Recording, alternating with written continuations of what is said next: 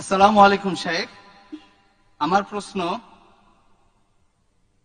তলফে সালিহিন গণের নিকট তো কেবল ইমানের ভিত্তিতে দলভাগ ছিল, কাফির, মুশরিক, মুনাফিক, জিন্দিক তারা বলতেন। সেক্ষেত্রে আকীদার ভিত্তিতে দলাদলি অথবা ফিরকা যেগুলো হয় সেটা কি বিদআত কিনা? জাযাকাল্লাহু খাইর।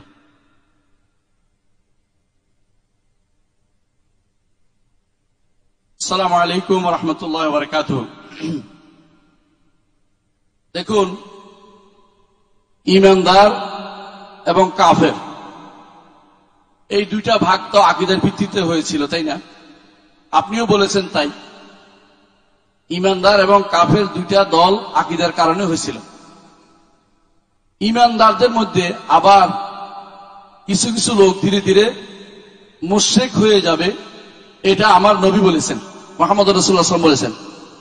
তিনিও এটাও বলেছেন যে ঈমানদারদের মধ্যে একটি দল, তার উম্মতের মধ্যে একটি দল, রাসূলের উম্মতের মধ্যে একটি দল আবার মূর্তি পূজায় লিপ্ত হবে, এটা রাসূল বলেছেন। এর অর্থ হচ্ছে ঈমান থেকে বেরিয়ে যাবে একটি গোষ্ঠী, এটা আকীদা থেকে, বিশুদ্ধ আকীদা থেকে বেরিয়ে যাবে একটা গোষ্ঠী।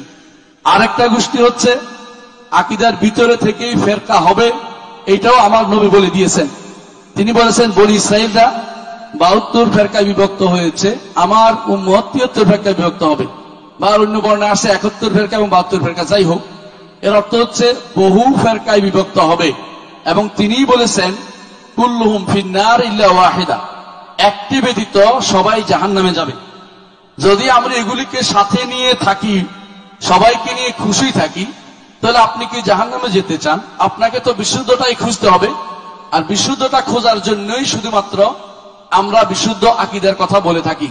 বিশুদ্ধ আকীদা যদি থাকতে পারেন, বিশুদ্ধ মানহাজে নিয়মে যদি থাকতে পারেন, অর্থাৎ যারা বিশুদ্ধ আকীদায় ছিল তাদের পথে থাকতে পারেন, মানহাজ আর কিছু নয়, যারা বিশুদ্ধ পথে ছিলেন তাদের পথে আপনি চলতে পারেন, তাহলে আপনি আর কোনো আলাদা ফেরকা বিবেচিত হবেন না। কিন্তু এর বাইরে যদি হয়, তাহলে প্রত্যেকেই ফেরকা হচ্ছে।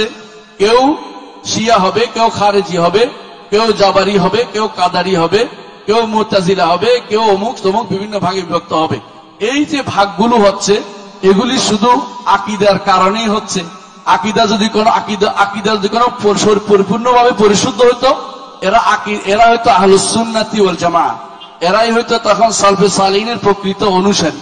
যেহেতু আকীদার ক্ষেত্রে ভিন্নতা এসে যাচ্ছে এবং ভুলে ক্রমে হচ্ছে, সেই হিসাবে তাদেরকে ফেরকা বলা হয়। আর ইচ্ছাকৃত যারা আকীদা জানার পরে বিরোধিতা করবে, তারা কিন্তু মুসলিম থাকে না, তারা কাফের হয়ে যায়। সুতরাং বুঝতে হবে যে আকীদার কারণেও ভাগ হচ্ছে, এই ভাগটা আমরা করছি না, ভাগ হয়ে গেছে অলরেডি, হবে বলে আমার নবী বলে দিয়েছেন। এটা কিন্তু রাসূলুল্লাহ সাল্লাল্লাহু আলাইহি ওয়াসাল্লামের একটা ভবিষ্যৎবাণী।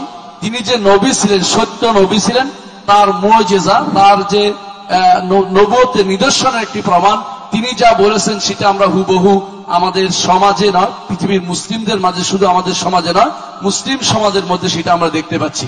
সুতরাং আপনি এমন একটি পথের দিকে আহ্বান করবেন যেটা হচ্ছে লা তাযালু তায়ফাতুন মিন উম্মতি, আমার উম্মত যারা হকের উপর থাকবে, সেই পথের দিকে আহ্বান করাটা হচ্ছে, এটা হচ্ছে আমাদের কর্তব্য, যাতে বিশুদ্ধ আকীদাটাকে আমরা প্রমোট করতে পারি। আশা করি বিষয়টা বুঝছেন। অন্য কোনো প্রশ্ন? শুকরান, বারাকাল্লাহু ফিকুম। আপনি যে প্রশ্নটি করেছেন, এখানে একটি বিষয় যা বলেছেন স্পষ্ট উত্তর দিয়েছেন। বাকি এখানে একটা বিষয় জানার আছে। সেই জানার বিষয়টি হচ্ছে, আসলে ফিরকাবন্দি অথবা বিভক্তি, এটি মুসলিম উম্মার উপর অপদারিত একটি বিষয়। এর থেকে কোনোভাবে বাদ যাওয়ার কোনো সুযোগই নেই, যেহেতু ওহীর মাধ্যমে রাসূলুল্লাহ সাল্লাল্লাহু আলাইহি ওয়াসাল্লাম জানিয়ে দিয়েছেন, ওয়াসাতাফতারিকু উম্মতি আলা 73 ফিরকা, আর অচিরেই আমার উম্মত 73 ফিরকা বিভক্ত হয়ে যাবে। সুতরাং এই বিভক্তি থেকে বাঁচার কোনো উপায় নেই। তাহলে আমাদের করণীয় কি? আমাদের করণীয় হচ্ছে, রাসূলুল্লাহ সাল্লাল্লাহু আলাইহি ওয়াসাল্লাম যাদেরকে নাজাতের কথা বলেছেন, যাদের ব্যাপারে এই গ্যারান্টি দিয়েছেন যে এরাই নাজাত লাভ করবে, তাদেরকে আমাদেরকে খুঁজে বের করতে হবে।